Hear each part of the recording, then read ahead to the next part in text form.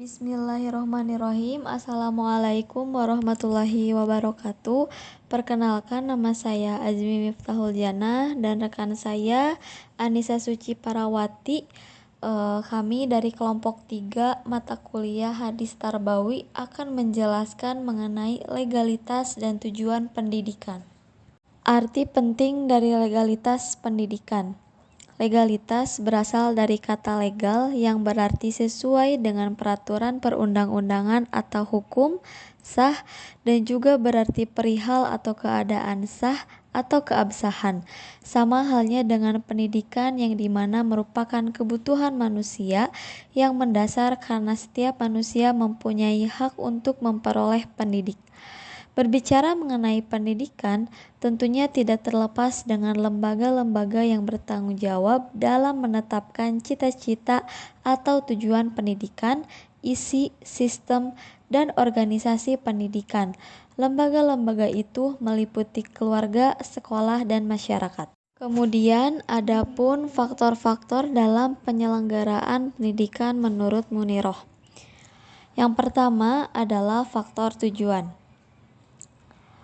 Faktor tujuan dalam praktek pendidikan, banyak sekali tujuan pendidikan yang diinginkan oleh pendidik supaya dapat dicapai oleh peserta didik, baik tujuan umum, tujuan tidak sempurna atau tidak lengkap, tujuan sementara, tujuan perantara, dan tujuan insidental.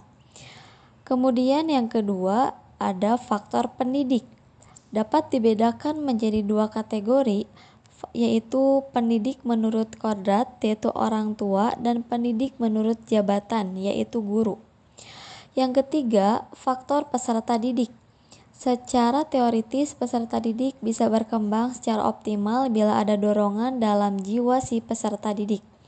Yang keempat, ada faktor isi atau materi pendidik. Ada syarat utama dalam pemilihan materi pendidikan, yaitu materi harus sesuai dengan tujuan pendidikan dan materi harus sesuai dengan peserta didik. Yang kelima, ada faktor metode pendidikan. Nah, untuk metode ini adalah cara yang di dalam fungsinya merupakan alat untuk mencapai tujuan. Yang terakhir ada faktor situasi lingkungan. Situasi lingkungan mempengaruhi proses dan hasil pendidikan. Situasi lingkungan ini meliputi lingkungan fisis, lingkungan teknis, dan lingkungan sosio-kultural. Adapun hadis yang menjelaskan mengenai legalitas pendidikan. Utlubul ilma walau bisin fa inna talabal ilmi fardhatun ala kulli muslim. Carilah oleh kalian ilmu sampai negeri Cina, karena sesungguhnya mencari ilmu itu wajib atas setiap muslim. Hadis riwayat Ibnu Majah. Kemudian kritik sanad hadis. Hadis yang ditahrij oleh Al-Baihaqi ini memiliki jalur sanad Abu Thahir Al-Faqih, Abu Hamid bin Bilal, Ibrahim bin Mas'ud Al-Hamadani, Al-Hasan bin Atiyah, Abu Atikah Al-Basri, dan Anas bin Malik. Beberapa hadis dinilai sikoh dan yang lainnya hanya sampai pada tingkatan soduk. Namun, di dalam sanad tersebut terdapat Abu Atikah Al-Basri yang dinilai munkar al-hadis. Dari sosok periwayat ini ditemukan nilai bahwa sanadnya doif atau lemah. Dengan demikian, sanad hadis tersebut tidak seluruhnya sikoh atau adil dan dobat. Sanadnya bersambung, tidak terhindar dari saj atau kejanggalan dan ilat atau cacat. Dari analisis di atas, maka hadis tentang perintah mencari ilmu ke negeri Cina merupakan hadis doif, karena ada seorang periwayat, yaitu Abu Atikah Al-Basri, yang terputus dengan yang lainnya. Dapat diduga juga bahwa Abu Atikah Al-Basri yang melakukan pemalsuan hadis dengan cara yang halus tetapi cerdas. Kemudian kritik matan hadis. Hadis tentang perintah mencapai ilmu di negeri Cina, jika tertulis hanya sampai di bagian utlub al-ilma walau bisin, tampak kelemahannya, yaitu kenyataan dari adanya seorang periwayat yang mungkar yang bernama Abu Atikah Al-Basri. Selain adanya keterputusan riwayat ini dengan masa Nabi SAW, Islam pada masa Nabi SAW belum berekspansi sampai ke negeri Cina, sehingga sukar untuk menyandarkan potongan hadis ini kepada Nabi SAW dari riwayat yang terputus ini. Namun, karena potongan hadis disambung dengan sebuah potongan hadis sahih, yaitu faina tolabal ilmi faridatun ala kulli muslim, maka potongan ungkapan yang asalnya tidak kuat berubah kuat, atau terangkat posisi matan itu menjadi lebih kuat. Hal ini bersesuaian dengan pernyataan Al-Baihaqi bahwa matan hadisnya masyhur tetapi sanadnya lemah. Karena kemasyhurannya ditopang oleh suatu potongan hadis sahih, maka dari sisi ini hadis ini menjadi terkesan masyhur.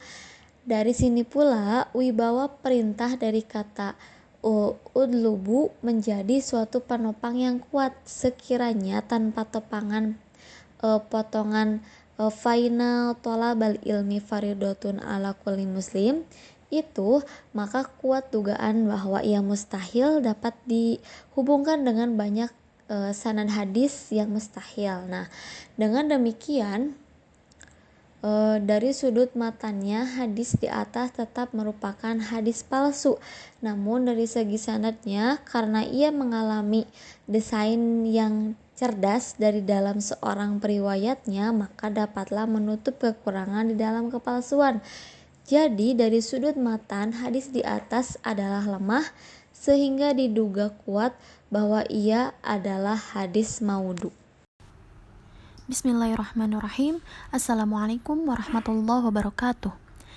Di sini saya Anissa Suci Parawati akan melanjutkan membaca materi legalitas dan tujuan pendidikan. Yang selanjutnya ada peran suatu lembaga pendidikan. Lingkungan yang sengaja diciptakan untuk mempengaruhi anak ada 3, yaitu lingkungan keluarga, lingkungan sekolah, dan lingkungan masyarakat. Ketiga lingkungan ini disebut dengan lembaga pendidikan atau satuan pendidikan. Sekolah sebagai salah satu lembaga pendidikan yang mempunyai tugas utama, yaitu mengajar murid supaya dapat belajar dan meresapi ilmu pengetahuan secara mandiri. Jenjang pendidikan sekolah terdiri dari pendidikan dasar, pendidikan menengah, dan pendidikan tinggi. Selanjutnya ada hadis yang menjelaskan mengenai peran suatu lembaga pendidikan. An Abi Hurairah radhiyallahu anhu qala sami'tu Rasulullah sallallahu alaihi wasallam yaqulu man kharaja fi talabil ilmi fahuwa fi sabilillahi yarji'a. Dari Abu Hurairah radhiyallahu an berkata, saya mendengar Rasulullah Shallallahu Alaihi Wasallam bersabda, barang siapa keluar untuk menuntut ilmu, maka dia adalah pergi jihad di jalan Allah. Hadis riwayat Tirmizi. Nah, penjelasan hadis tersebut yakni orang yang keluar rumah untuk menuntut ilmu, ia telah berjihad sampai ia pulang ke rumah. Bahkan sebagian ulama berkata bahwa jihad dengan ilmu ini lebih utama daripada dengan senjata, karena setiap jihad mesti pula didahului dengan ilmu. Syekh Muhammad bin Shalih Al-Utsaimin rahimahullah berkata, menuntut ilmu adalah bagian dari jihad di jalan Allah, karena agama ini bisa terjaga dengan 2 hal, yaitu dengan ilmu dan berperang atau berjihad dengan senjata. Sampai-sampai sebagian ulama berkata, sesungguhnya menuntut ilmu lebih utama daripada jihad di jalan Allah dengan pedang, karena menjaga syariat adalah dengan ilmu. Jihad dengan senjata pun harus berbekal ilmu. Tidaklah bisa seseorang berjihad, mengangkat senjata, mengatur strategi, membagi ghanimah atau harta rampasan perang, menawan tahanan, melainkan harus dengan ilmu. Ilmu itulah dasar segalanya. Syarah Riyadhus Shalihin. Sekian dari kelompok kami. Mohon maaf bila ada kesalahan. Wassalamualaikum warahmatullahi wabarakatuh.